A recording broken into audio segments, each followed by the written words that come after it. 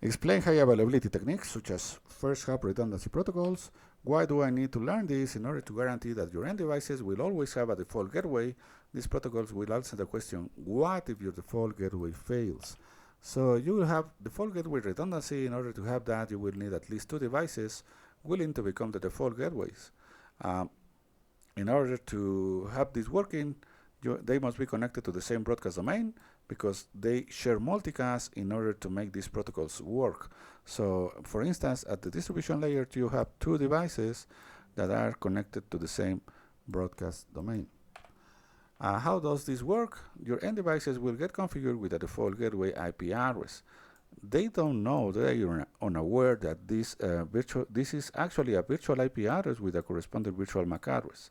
So one device in their network will seize control of this virtual IP address and virtual MAC address, becoming the actual default gateway. So you can have these 2 devices having physical IP address just as any device, but the one becoming the primary will seize control over the virtual IP address. So in that way, these devices will send traffic to this particular device. How do you define which one will be the primary and which one will be the secondary? By using a priority. So this one will have a priority of 110 and this one a priority of 100. This wins and becomes the primary. In the event of a primary device failure, the other takes over. So if this gets reloaded or gets disconnected momentarily from the network, this will transition from secondary to primary, and this will wake up as being secondary. Let's talk about something that is known as preemption that may be disabled by default. It will help you to so your network is more stable against flaps. So let's talk about 3 scenarios where flapping can affect your network. So let's imagine this. You have these 2 routers and they are not connected here. They only have one connection to the local area network.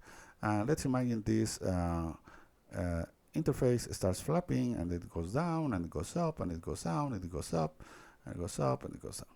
If preemption were enabled, then this will transition from secondary to primary to secondary to primary and so on, making your network very unstable.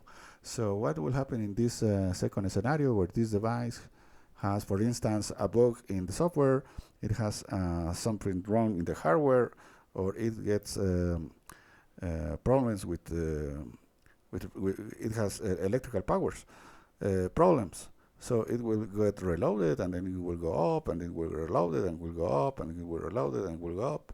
If preemption were enabled, then you will start suffering this problem that this will go from secondary to primary to secondary to primary to secondary to primary and so on.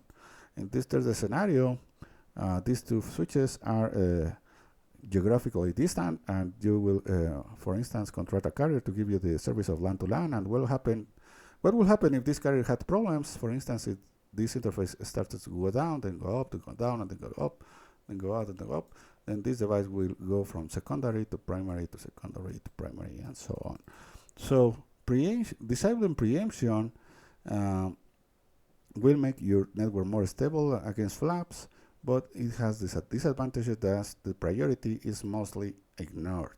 It only is important the first time your devices come up. But if you want to enable preemption, the advantage is that priority always matters, and you can enable something that is known as object tracking. So every time a device having more priority appears in the network, it becomes the primary.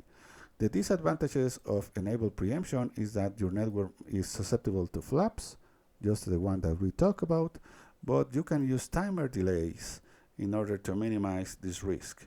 So remember, if you're going to enable preemption, use timer delays to minimize the flapping issue. If you enable preemption, you can make priority get reduced dynamically with object tracking, reflecting network events. Remember, preemption must be enabled.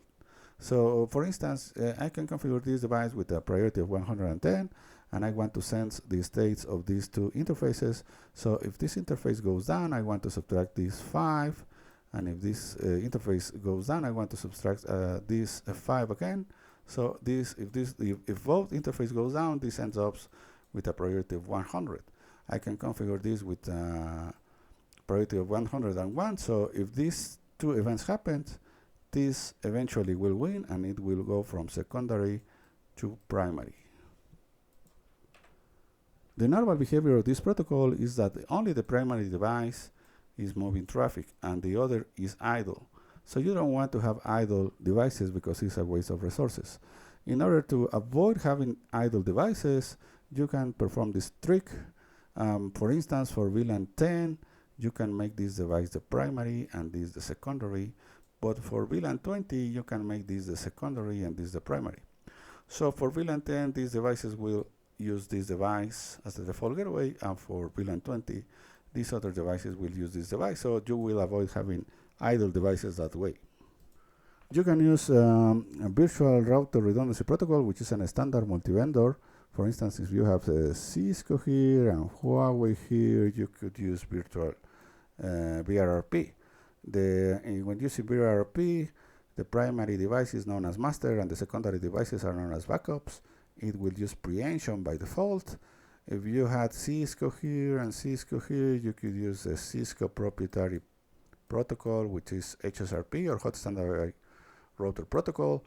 The primary is known as active, the secondary is known as standby. It will not preempt by default. You can enable it though, or you can use another Cisco proprietary protocol, which is the Gateway Load Balancing Protocol, GLBP, where you can have one virtual IP but with several virtual MAC addresses. So with that trick, you can have all devices being used at the same time, up to 4 devices. That's it.